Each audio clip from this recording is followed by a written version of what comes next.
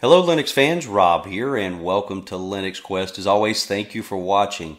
So today we've got to look at MX Linux, or MX16.1 to be specific. Now I'm a little late getting this video out. I've got this installed on my family system. So really happy that I did because of the MX toolset in place. I was able to get my graphics card drivers. This particular system has an ATI video card and the drivers installed flawlessly. And in fact, MX16 I think is running better than any of the previous distributions that I had installed on this particular system. Now I want to go over some of the highlights for this particular update. It's not a huge monumental update, but I think it's nice improvements to an already very nice, very well done distribution. So what's new with 16.1? There are installer improvements, and now you've got some support here for home folder encryption, although they go on to say that this is an experimental feature. Also, you're going to see the official Adobe Flash is included in the ISO. There have been tweaks to the default user interface with new theming and new wallpapers, and I've got to say, out of the box, I think the theme looks great. Now, I did change one or two things, but for the most part, I didn't have to go in and do a lot of tweaking and theming and adding icons, so on and so forth. I think it's got a nice look out of the box, but to each his own there. We all have our individual taste. So you've also got a couple of things in place here to help with that tweaking and theming. You've got MX default look and MX panel orientation. Those two have been merged, and so now you've got within MX default look all of the options for top bottom placement, horizontal bar, things like that within the panel, which is what you see here. Now let me before I go too far here, let me back up a minute. So MX16 is a Debian or Debian based distribution based off of 8.8, I believe. And this is running the XFCE desktop. So I'm going to call this a light to middleweight distro. So if you've got a system with lower resources, system resources such as, say, 2 or 4 gigs of RAM, maybe your processor is a little lacking, then this would be, I think, a distribution that would run just fine on a system like that. Now, this particular system that I have here, again, it's 4 gigs of RAM, and I swapped out for a SSD drive as opposed to the old mechanical drive that was in here. But again, it's really running well. All right, so you've got several things here. You've got a new MX package installer, and what this really does is it gives you one-click quick access to install some of the more popular apps. So we'll take a look at that. You've got an updated manual, updated translations across most apps, and let's see here. You've got LibreOffice 5.2.6. Yep, and here we see updates to Jessie 8.8 base. And then we'll go through the tool sets here in just a minute. Oh yeah, the one-click extras with the package installer, they have categories here. So you have children, graphics, network, and they've got some additions that you can read over here. I'll put the links to this particular page in case you haven't looked at this or if you wanted to jump in and kind of see what it's all about. Now, if you're interested in MX16, I highly recommend that you head over to Run with the Dolphins, the YouTube channel Run with the Dolphin, and there you're going to see Dolphin Oracle, who will go through in several of his videos and kind of break things down within MX16. Here you'll see MX16.1, what's new, MX Encompass, things like that. Dolphin Oracle does a great job getting into the details and the finer parts of the distribution. So definitely check that out. All right, we're going to close all this out and we're going to jump over here to the tool set. And again, I think this is one of the things that really sets it apart. Now that launched slow for some reason, but at any rate, this truly sets the distribution apart because it allows you, maybe you're someone who, maybe you've messed around with Linux a little, but you're not really fully versed on how to do everything. That's where the MX toolset comes into play.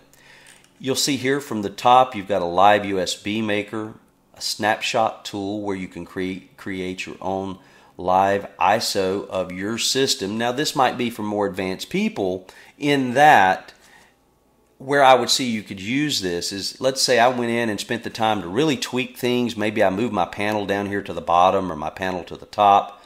and if I set it up with various themes and icon packs, and maybe I remove some software and add some other software that I prefer, I can then go in and create my own spin, if you will, of MX16 Linux, which is really cool if you stop and think about it. If you get this thing set up just the way you like it, you've got a system backup, so to speak, so that next time you install it, it's going to be set up the way you had everything set up and in place.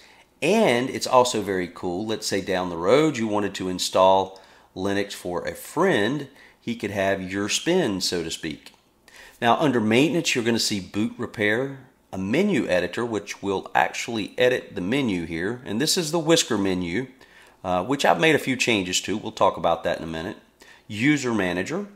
And then this is where I think it becomes extremely helpful. You've got the AMD ATI graphics driver installer as well as the NVIDIA driver installer. You've also got the Broadcom manager in place for Wi-Fi, the codecs installer, so that's kind of one click. So it's going to tell you here, you're going to assume legal responsibility for downloading these codecs, but we're going to go ahead and click OK, and you'll see the process happen there. It's very fast. They've been downloaded and installed. It's that easy. One click. Now here you've got default look. So let's say you were going in and messing around with things and changing things. Maybe you accidentally removed some applets and things like that, and you feel like you've kind of messed your system up. Well, you can go back as far as the looks are concerned. Messed your system up as far as looks are concerned. You could go back to default look, and it's going to basically put everything back the way it was. Now here you've got select sound and system sounds. And I was surprised to see system sounds in here because you don't see a lot of system sounds in place for many GNU Linux distros out there. But here I set it up and just wanted to kind of see what it was like, and it's actually kind of nice. I enjoy having some of the sounds in place as I'm stepping through and clicking here and there. So to each his own there, but the option is there. So it's just one of those nice touches. So we'll close that out, and then we could launch right into the welcome screen. You'll see this when you first boot in. You've got a user manual, forums, a wiki, a link to videos, which is nice to see. And this is going to launch the tool set that we have open already, and then back to default look here. Popular apps, that will launch you into the MX application one-click app manager. That's not what they call it. That's what I'm calling it, and we'll take a look at that. And then contribute here. If you like what you see, you like what they've done with the distro, then you can go in and contribute. There's many ways you can, contribute or help out. Maybe you're an artist, so you could help with the artwork, things like that. Or you could also contribute, of course, financially. You got an option here to show this at startup if you'd like for this to pop up every time you boot in. All right, we'll go ahead and close that out. We'll keep moving here under software. You've got package installer, repo manager, check app, and then a USB unmounter. Now you've got an option here because everything that we see listed within the MX Tools grouping you see here, that's all listed in the menu launcher. Now I'll just talk about that. This is not the default icon. I changed it simply because, well, I won't get into it. I just simply changed it. I also changed up the whisker menu, and if you haven't seen my other videos, I love the whisker menu because you can make this look just about any way you would like. Here I put the main categories on the left with the applications on the right. Alright, so I want to go back. If we were to choose hide the individual tools from the menu, all of these tools that are here are also listed here. So perhaps you just want to clean that up a little bit. You could check this option, and it'll go automatically, it'll go through and remove all of these tools here within the menu list and shorten that list up some. We're going to leave it as it is, and I'm going to go ahead and close this out. You may hear some of the system sounds as I go through this. I'm going to go ahead and right click this and remove it. I had that there just for quick access for the video.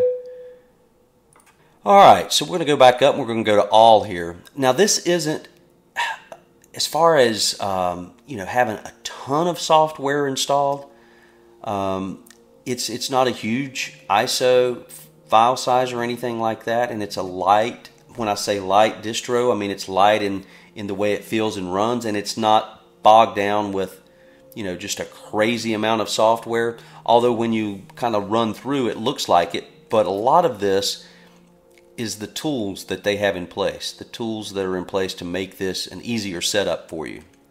So that's a lot of what you're going to see. Firefox is the default web browser. The GW package installer is already set up. Grub customizer is in place. So a lot of this is to make it easier for you to get things done a particular way or to set up things for your particular system. I installed Kdenlive. You got a few games, and we'll kind of go over to that just to see. Education, under accessories. Now you've got a couple of things here that you typically don't see within accessories. You've got bulk rename. The catfish file search is in place. MX Clocky desktop clock, notes, globe time calendar there, screenshot tool, so on and so forth. Let's go to graphics. You've got GIMP installed by default, Mirage, Scan to PDF, and Shotwell. Under Internet, I installed Chromium browser, and here we see Firefox. Thunderbird Mail was the default mail client. And under Multimedia, I installed Kdenlive and Simple Screen Recorder. Everything else was in place. You had SMTube in place. The VLC Media Player was already there. You've got your audio mixer. Office has got LibreOffice, of course. And then PDF Shuffler was already set up. And that's an app that I use quite a lot, so to see that there was nice. And then under Settings, this is where things kind of get crowded here. And again, a large part of it is you're going to see a mix of various tools. This takes you back to default look and system sounds, things like that.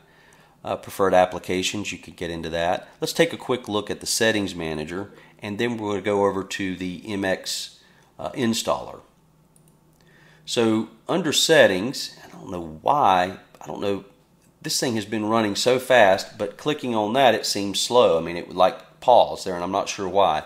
Anyway, you've got everything from appearance to file manager here, and then under hardware you've got your ATI Catalyst Control Center, as I've got that set up. Display, so if you've got multiple displays you could go in and set that up. Power management, printer settings. Now there's some other things here I want to just point out. You've got firewall configuration and a grub customizer, so you don't always see that. And then this is your wireless driver for your it's NIDS wrappers. For those of you running Linux for some time, you're familiar with that. And then we see the Adobe Flash Player here. Then you've got a settings editor where you could go in and actually configure all of this. Preferred applications. Alright, so let's launch back over here to System. Been running this, I guess, about a week now. I'm going to go back to MX Welcome. And then from there, we're going to go into Popular Apps, which is the MX Package Installer. So what you have here essentially is various categories with the more popular apps from each category. So if we go to Browser, we've got everything from Chromium, Google Chrome, all the way down to Opera, and then some others, Pale Moon, so on and so forth. So you could go in and just one click under each category and then come over here and choose Install, and you've got a quick, easy, one-click access to install all of those apps. Alright, we'll close that out. Now if you right-click, you've got an active desktop here, and you've got some things that are in place that you can change. One of the things that's already set up, if you right-click, you then have quick access to all of the applications. So instead of just going over here, maybe you're doing something over here in a window and you just quickly want to access something, your application list is there. We'll go into desktop settings, and because this is a live desktop, you could do things like set up your home folder or your trash folder. You can set up the icon size, the font size, and everything for those particular icons. And then over here under menus, you've got options for the desktop menu. So we could turn off include applications, for example. And then you've got options here for the background, and this is going to show you some of the wallpapers that are in place. Not a ton of wallpapers or anything to choose from, but that's easy enough. A lot of people have their own favorite wallpapers they keep backed up. Alright, so if we right click now, you'll see there's no access to the applications menu. Alright, so let's go in. This is the Thunar file manager, and this will kind of give you a look at the default theming, which again, for me personally was very nice. I didn't feel like I needed to change that. As you start to use MX16, what you find is there's been a lot of little details, little things that are in place that make this really a nice, complete operating system. There's truly not a lot that you have to do once you get this thing installed. You can kind of take off running. And I like that. There's times, like on the family computer here, I don't really do a lot of tweaking and things because we're all using this system. And so we just kind of keep it generic. And with this, again, I didn't have to spend time going in and setting up, right-click actions or anything like that. They were already there. So the development team kind of went in and did all the legwork for you, I think, to cover most of the bases. So here you've got everything from open root, ownership to root, things like that, delete, move to trash. And typically, you don't see all of that set up. In fact, you have to go in and go to configure custom actions a lot of times and set some of these up. Not all the time, but it's nice to see all of this in place. Now, the other thing I'll talk about quickly is the layout. This is different. This is kind of default, again, with the exception of some of the changes I made to the whisker menu. And I've got other videos on the whisker menu and XFCE as a desktop where I get into details. It's really configurable. I mean, you can go in and make XFCE look just about any way you'd like. But the default here is to have it on the left. But if you wanted to change this, I'm just going to give you a quick example. I'm going to right-click and go to Panel, and then Panel Preferences. And from there, you're going to get a menu, and you'll see here that the panel is locked, so we could unlock that. Now, let's say, for example, you didn't like this on the left. You wanted this to be horizontal. So if we choose horizontal, it's going to move up to the top. Well, maybe you don't want it on the top. Maybe you want this on the bottom. So you simply, because it's unlocked, you simply go up to one of the corners, click and drag, left click and drag, and move that to the bottom. Now there's some other options that are in place here. You've got appearance. So let's say we don't like that particular color. We could make that transparent in this case. And then you've got items. Now this is where things can get tricky, and that's why the MX team put in place the default look tool, because if you go in and you're messing with various items, maybe you delete something you didn't mean to, or you position something a certain way and you feel like you've messed up your system, you can go back to the default look. Alright, so I'm going to go back. We'll go ahead and take that back up. We'll go back to display. I'm going to hit lock panel. We'll actually bump that up in size. That's kind of huge, but for the video purposes, maybe you'll be able to see it better. Now let's say here with menu, of course, now we've got this over to the right. Now most people, not all, but most people have their menu set up on the left. So I'm just going to quickly give you an example of how easy it is to go in and rearrange things here. Alright, so we're going to right click and go to Panel, Panel Preferences. And I'm going to come over here and click Move. But I don't even think you have to do that. I think I can just go here and click Move. Yes, I can. And you'll see a red line. I'm going to slide that over to the far left. Now my menu's here on the left. Now we've got a clock here that's on the left, and let's say, hey, we want that over on the right. Same thing, right click, go to Move, you'll see a red line, and just drag that over to the right hand side. Now that clock is extremely tiny. You may have some options depending on the type of clock it is. So let's go ahead and bump this up. Whoops, that's probably going to be too large. We'll take it down a little and hit close. It didn't change anything, but there are options to go in and tweak that out. Now, all of this can be adjusted pretty much. What you see here can be adjusted in color. We'll go back into Panel Preferences. We'll go back to Appearance. Let's say we wanted to use a solid color. We've got options now to go in and really tweak things down to a specific color type, for example. So this is something, if you wanted to, you could go in and really tweak it. Actually, let's see here. Since we've got a little orange in our woodpecker there, let's kind of match things up. I hope that's a woodpecker. I guess it's a woodpecker. Anyway, but you get the example. So you've got 32-bit and 64-bit options of the operating system. So altogether, I think a nice job. kudos to the team, and these continued improvements are great to see. This is running very well on the family system, so I think it'll stay on here a while. But I better set all of this back to the way it was, because otherwise people that are using it will wonder what's going on. So anyway, we'll wrap things up there, and thank you for watching.